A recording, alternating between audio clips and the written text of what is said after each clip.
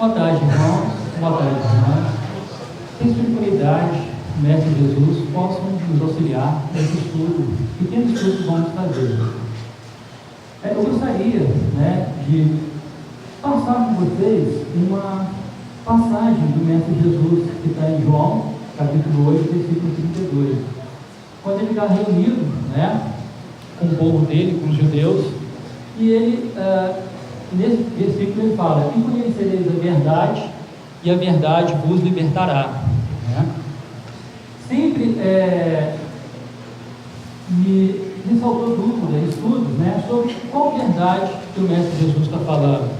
Ele estava se referindo, como a gente sabe, ele nasceu ao meio do povo judeu, junto aos hebreus. Era a verdade do povo hebreu que ele estava se referindo, mais recentemente, é a verdade da doutrina espírita, a verdade das religiões católicas, das religiões cristãs. Qual verdade, que o Mestre Jesus estava se referindo quando ele, proferiu essas palavras? Bom, aí eu, estudando, eu ganhei esse livro, Joana de Ângeles, Psicografia de Valdo Franco, Em Busca da Verdade, onde, nos capítulos do livro, ela busca desenvolver, ela busca justamente nos mostrar a verdade, que o Mestre Jesus estava se referindo quando ele proferiu, essas palavras. Então a gente vai tentar fazer aqui uma síntese, desse livro, e eu vou usar a própria Joana de Ângeles na apresentação do livro, um pequeno parágrafo, onde ela resume, ela consegue resumir não só toda a doutrina espírita, em poucas linhas, mas também todo o conteúdo do livro, que é bastante profundo, e faz a gente ter muitas reflexões sobre essa busca da verdade, essa busca, porque nós estamos hoje aqui sentados no sábado à tarde, como poderíamos estar em qualquer outro lugar, e estamos aqui, procurando aprender um pouco mais sobre o Mestre Jesus, sobre o Espiritismo, sobre o que ele pregou. Então justamente ela vai trazer isso para nós, Então esse parágrafo ele começa com essa palavra, com essa frase. O ser, eu vou dividir em capítulos, em pedaços, para a gente poder ir comentando. O ser humano, na sua constituição tríplice. O que significa isso? Para quem já estudou a doutrina espírita, que já teve contato com ela, sabe muito bem que nós, o ser humano, não é somente a matéria, não é somente esse corpo que ora nós nos apresentamos, Na verdade, dentro da doutrina, e que Joana vai nos explicar muito bem, nós somos compostos de 3 aspectos. Que aspectos seriam esses? O ser humano, ele é formado do espírito, de um perispírito e da matéria, ou do corpo humano. Então ela está se referindo justamente, a essa nossa constituição.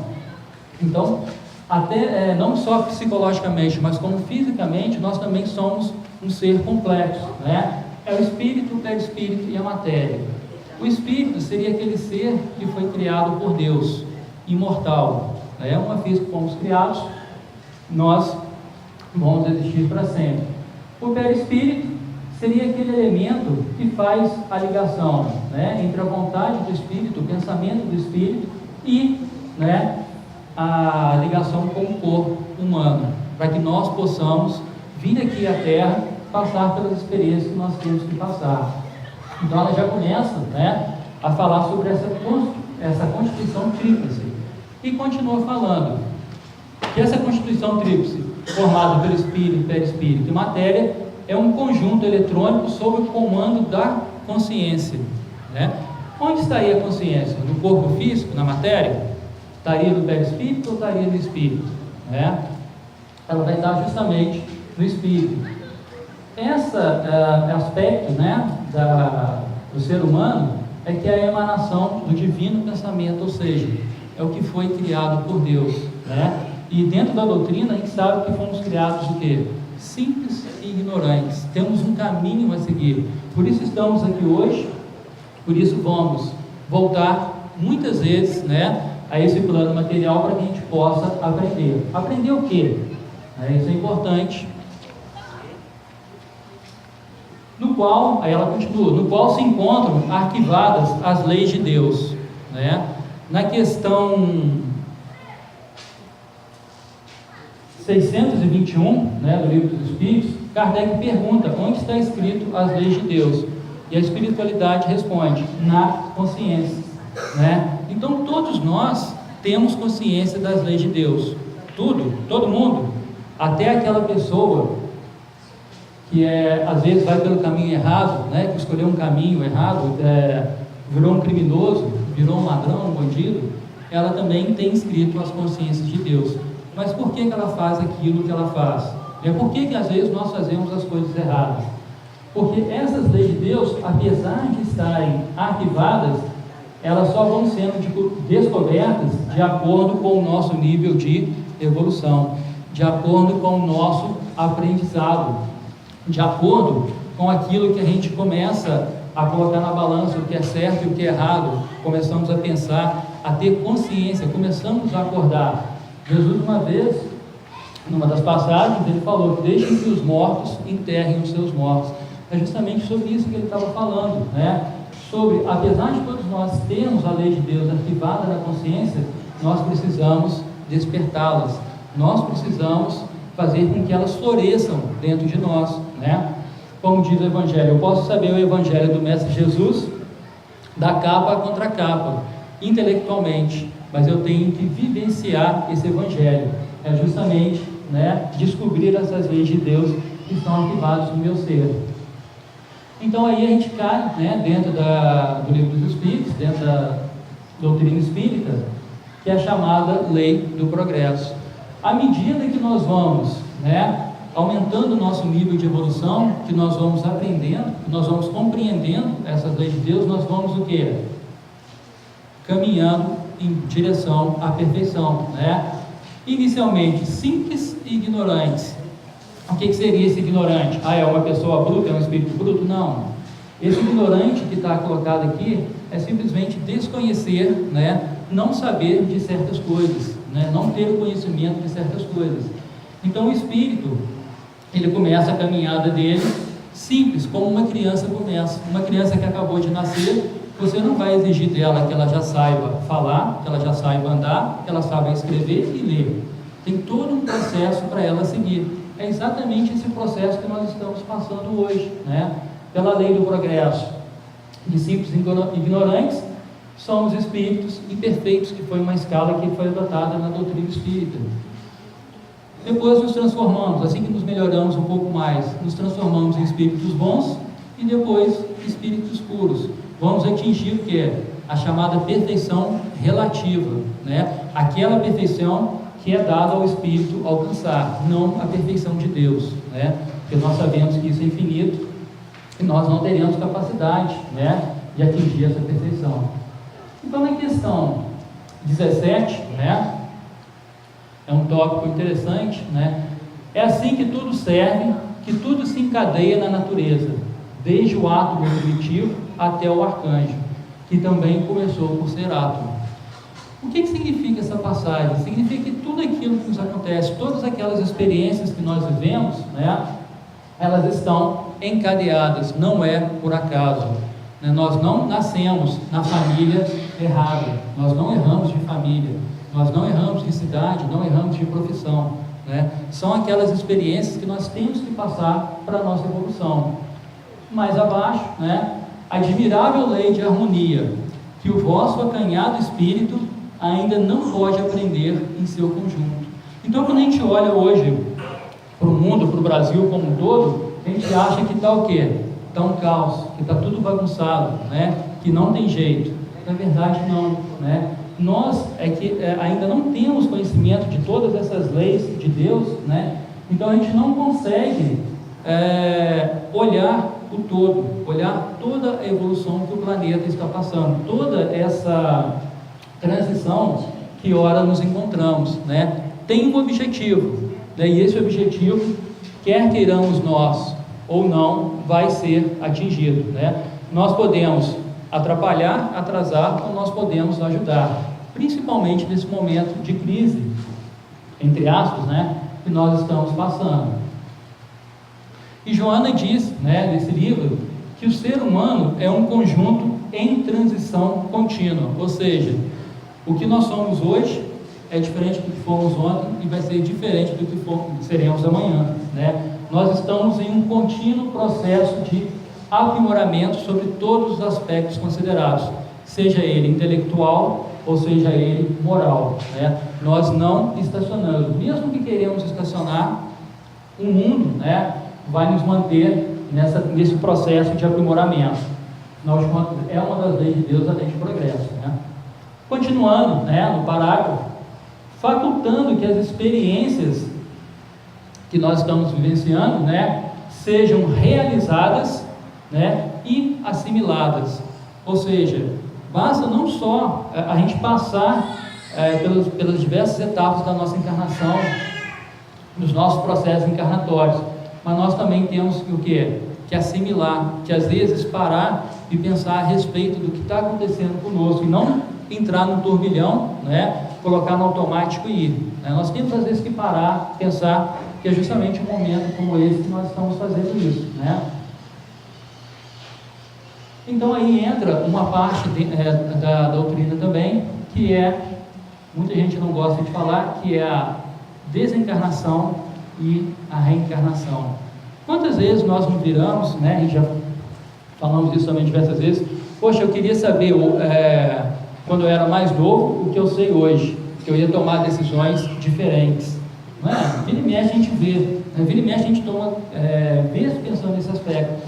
Imagina um senhor, né, um espírito já com um corpo bem velhinho, mas com excelente conhecimento, um excelente aprendizado moral, só que chegou a hora da morte dele, vamos colocar assim, aonde que ele vai realizar, onde que ele vai aproveitar as assimilações da vida, o que ele aprendeu durante toda aquela encarnação, se para ele acabou, né? Fora da doutrina espírita, né, a gente não tem essa resposta, mas dentro da doutrina espírita, ela nos explica que essa encarnação para ele é válida sim. Aonde que vai ser válida?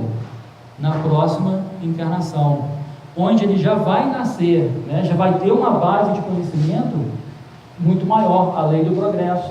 Ele vai continuar a evolução dele numa nova encarnação. E quantas encarnações são necessárias? Não dá para saber. Quantas forem precisas, você vai estar encarnando e desencarnando, né? Isso é uma lei de Deus, é para isso que é feito o progresso. Então, né, analisando toda essa estrutura da doutrina espírita, em virtude da grandiosidade e infinidade do conhecimento a adquirir, vamos pegar como exemplo o Evangelho do Mestre Jesus. A gente faz tudo que está ali, né? No Evangelho segundo o Espiritismo, o capítulo Homem de Bem, nós já podemos nos considerar um homem de bem, né? Então, a gente tem, né, muito conhecimento a adquirir, seja ele moral ou intelectual, e uma só existência corporal não é o suficiente, né? Então esse processo de encarnação e desencarnação é o que? É uma bênção de Deus para conosco, é a misericórdia divina, porque nós temos muito a aprender, mas numa encarnação não temos tempo. Então a gente volta de novo a esse planeta, né, com as provas, com as expiações, com aquelas encarnação que que é necessária a nós para desenvolvermos as nossas habilidades, acordar as leis divinas que estão na nossa consciência, né?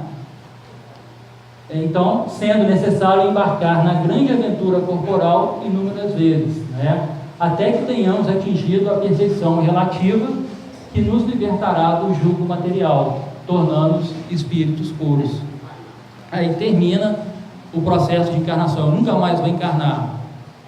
Não é assim que está, né? Quando a gente vai estudar a doutrina espírita, a gente vê que tem espíritos que já superaram essa fase, mas eles voltam a encarnar para poder ajudar aqueles entes queridos, para poder ajudar, né, a nossa humanidade. Não, a gente perde a necessidade de reencarnar. Continuando, né, dentro da doutrina, questão 532, né, qual o objetivo da encarnação dos espíritos? Espiritualidade é taxativa. Deus lhes impõe a encarnação com o objetivo de fazê-los chegar à perfeição. Para alguns é uma expiação, dependendo das provas que a gente vai ver, que a gente tem que enfrentar. Para outros é uma missão, vai depender, né, daquele grau de despertamento da consciência que nós temos, né? Às vezes muitos espíritos vêm aqui, passam por muitas provas durante a vida material deles, e para eles não foi, né, uma expiação, foi simplesmente uma missão. Ele veio aqui mostrar que ele era capaz. Então, muitas vezes, dentro da doutrina espírita, a gente tem que ter cuidado o que é uma expiação, o que é uma missão, o que é uma prova. Nós temos, né, não importa o nome que se dê, quando a gente encarna, até o momento que a gente desencarna, a gente tem uma missão, todos nós, que é nos melhorarmos. E, se possível, ajudar o próximo a melhorar também, né?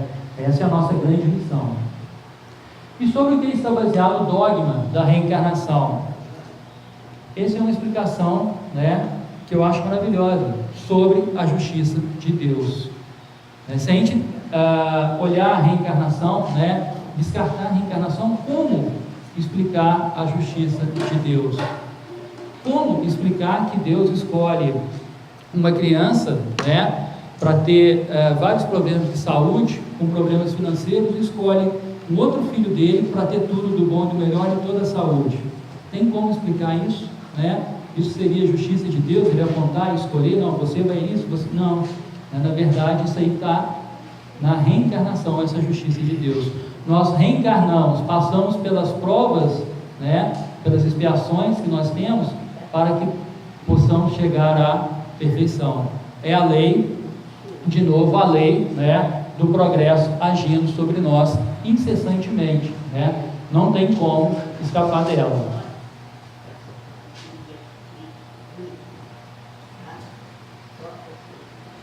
E para que vai ter todo esse processo? Bom, todo esse processo ele vem de forma que aquele conhecimento adquirido, né, aquilo que nós estamos aprendendo, que nós estamos processando durante as reencarnações, se transformem em conhecimento, né? Quantos espíritos que a gente vê, crianças mesmos, que nascem, né, e já apresentam desde criança uma sensibilidade para a música, uma sensibilidade para a poesia, para escrever. A gente não tem exemplos assim, né? Talvez até na nossa família, no mundo inteiro. Então, de onde vem esse conhecimento, né? Deus olhou para ele, escolheu e falou assim: não, você vai saber tocar piano a partir dos 2 anos de idade. Ou foi ele que, em encarnações, né, passadas, desenvolveu e trouxe esse conhecimento, né, transformou aquele ensino num conhecimento, num sentimento, e aquilo veio com ele e ele é capaz de demonstrar, né? Ele tem facilidade, né? Nós também, se a gente olhar para nós, a gente tem facilidades com certas, digamos assim, com certos estudos, com certas matérias, e total desafinidade com outras, né? De onde vem isso? Vem justamente, né, desse conhecimento de vidas, de encarnações passadas que nos acompanham. E para que serve, né, esse conhecimento e esse sentimento? Ele serve justamente para nos servir de base para realizações do futuro, né? Para quando nós possamos, quando formos exercer, né, nosso livre-arbítrio, a gente chega numa encruzilhada. Estamos enfrentando isso, né, diariamente, todo dia, né? Nós enfrentamos essas encruzilhadas. Qual o caminho a seguir? Né? Vai vir alguém aqui que vai nos guiar por aqui? Não, né? Nós temos, quando fomos criados simples e ignorantes, Deus também nos deu algo essencial, que seria o nosso livre-arbítrio. Então, eu escolho o caminho que eu vou seguir. Só que tem um detalhe, né? Esse caminho, esse livre-arbítrio, ele vem acompanhado de responsabilidades. Então, se eu escolho um caminho errado, né, um caminho pedregoso, eu vou me responsabilizar por tirar as pedras do meu caminho, né, por me levantar a cada queda que eu vou ter, né? E eu devo ficar chateado com isso? Não, nós estamos aprendendo. A gente pode se comparar a uma criança que está aprendendo a andar. Quando ela cai, o que ela faz, né? O que os pais fazem? Vão lá, colocam ela em pé e estimulam ela a caminhar novamente. É o que a espiritualidade faz com nós, né? através da doutrina espírita, através de todo esse conhecimento sobre Deus. Nós caímos, sim, diversas vezes, vamos cair ainda muitas vezes até atingir a perfeição. Mas, quando a gente vai utilizando o conhecimento adquirido, mesmo nas quedas, e desenvolvendo os nossos sentimentos, quais sentimentos, que a gente poderia desenvolver? O sentimento do amor, o sentimento da caridade, já falava Jesus no Sermão do Monte, sobre o tipo de sentimento que a gente deveria ter para chegar ao reino de Deus, Então, justamente esse conhecimento e sentimento que a gente vem acumulando durante várias encarnações, nós vamos usar para tomar as decisões, eu tomei uma decisão errada, eu peguei um caminho pedregoso. Não tem problema, você volta pelo caminho, desfaz, aqueles erros que você fez e utiliza esse conhecimento adquirido para novas realizações no futuro. Quer dizer, o errar não é que a gente não vai jogar fora na nossa encarnação, a gente vai usar ele para não cometer o mesmo erro novamente, ou erros similares, e se possível nós possamos, ajudar os outros e desenvolver esses sentimentos que eu falei, que é a caridade, que é o amor, que vai nos evitar, as quedas nos caminhos pedregosos, e assim a gente pode escolher um caminho melhor, E qual seria o objetivo de todo esse estudo? Nós queremos saúde, todos nós, o ser humano encarnado, ele deseja a saúde, E o que seria essa saúde? É só a saúde do corpo físico? Será que a saúde, como define Joana de Ângeles do livro, será que seria somente o corpo físico? Ela vai também citar 3 aspectos da saúde, que seria, o primeiro que ela cita é a mente, Então eu posso ter um corpo saudável, sem nenhum tipo de doença, mas a minha mente ser enferma, E quando a minha mente é enferma, ela vai se refletir no corpo físico, não tem como. Lembra? É o aspecto trino, do ser humano: o espírito, perispírito e o corpo, e o material, o corpo. Quando a mente, quando o espírito está doente, ele acaba adoecendo também o corpo, Então nós não teremos a saúde.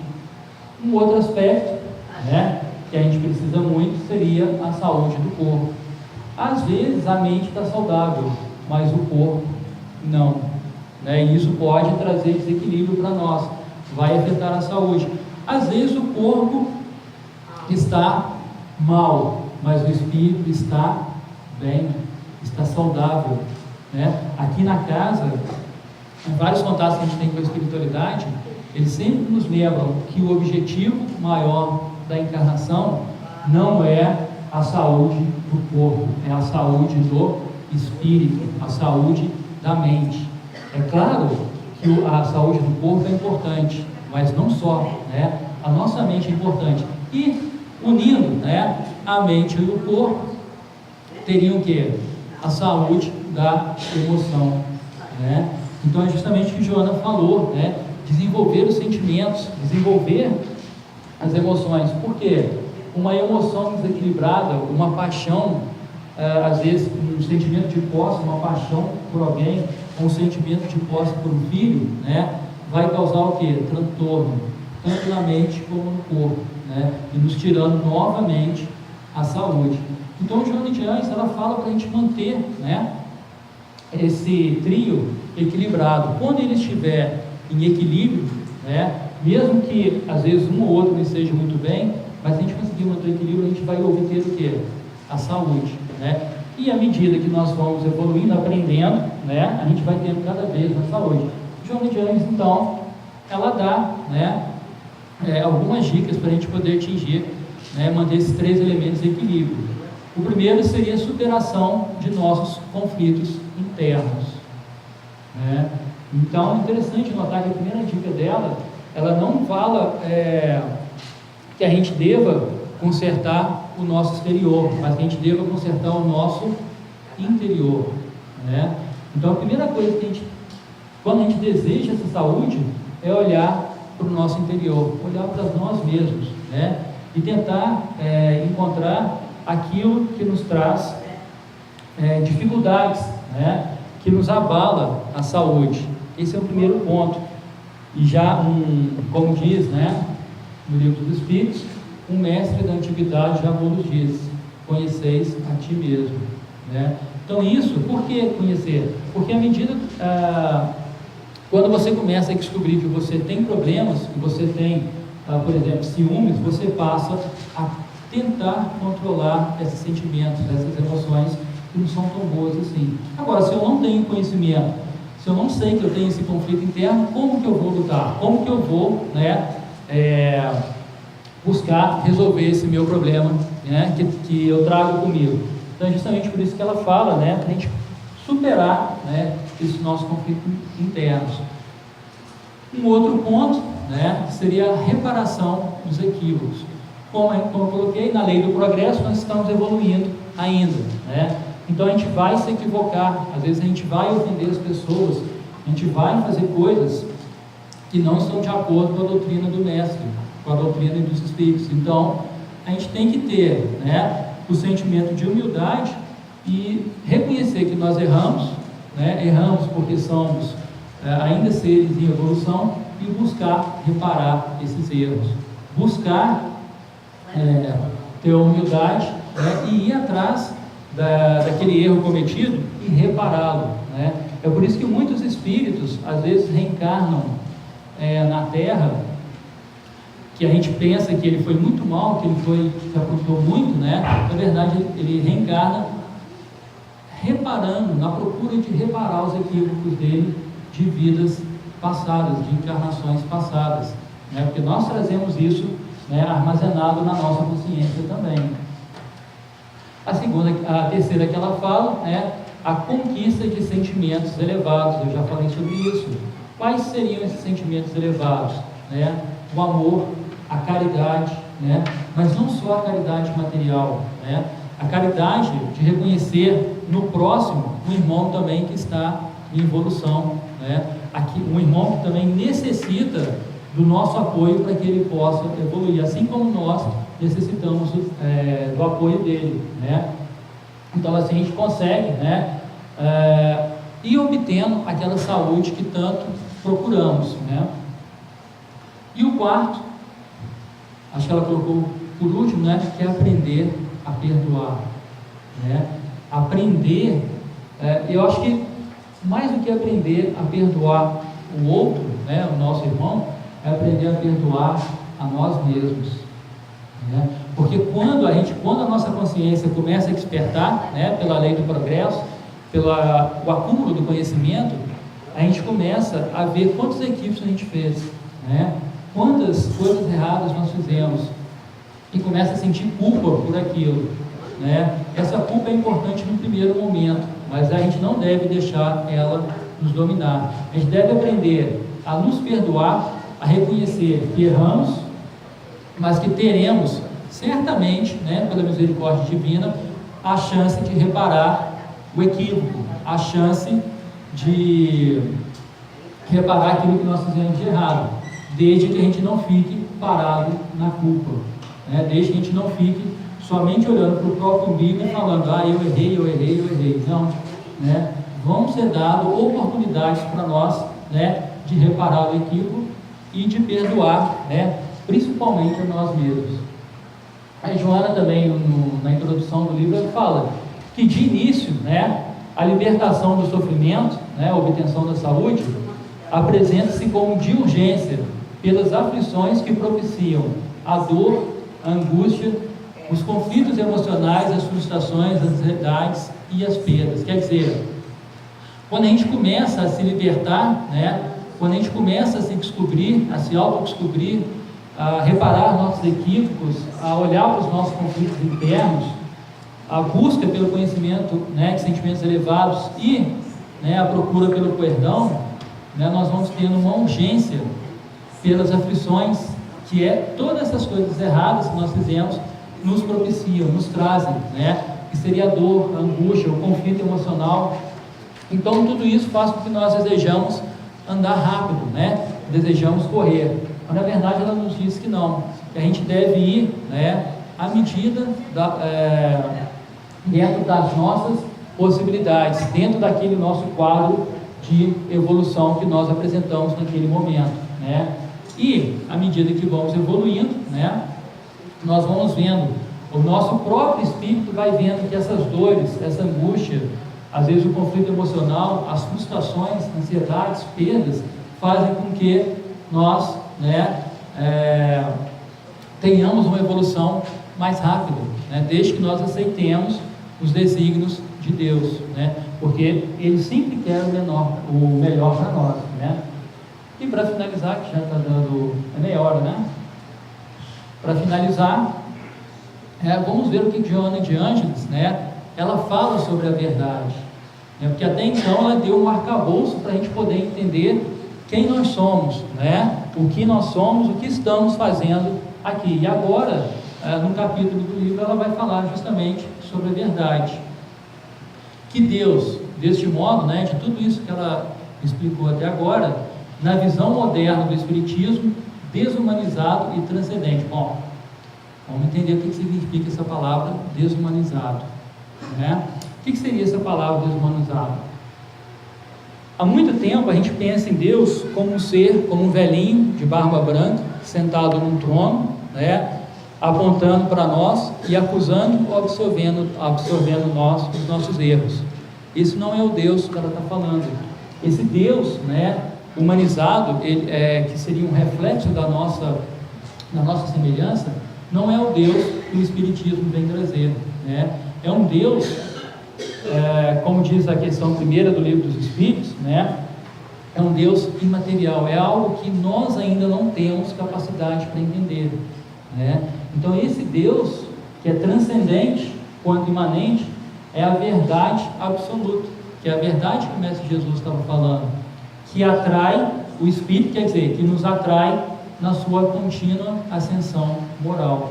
Então todos nós que buscamos nos melhorarmos, né, que buscamos abrir nossos olhos, despertar nossa consciência, é porque nós desejamos o quê? Qual a verdade que nós desejamos? Deus. Desejamos retornar a Deus, né? Desejamos chegar até Ele, né, e falar: Pai, aqui estamos pelos nossos próprios méritos, né? Porque Ele poderia sim, como em algumas doutrinas, criar anjos, seres perfeitos, mas que mérito nós teríamos, né? Então Ele quer que nós chegamos lá sim, Ele quer que nós chegamos até Ele, mas através do nosso esforço, da nossa contínua ascensão moral, né?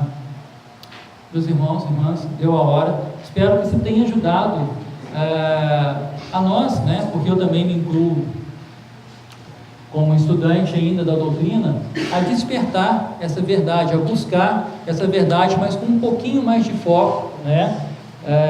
Que a Joana nos trouxe em todo esse livro, um pouquinho mais de um olhar sobre nós mesmos, sobre a resolução daqueles conflitos internos que nós trazemos, né?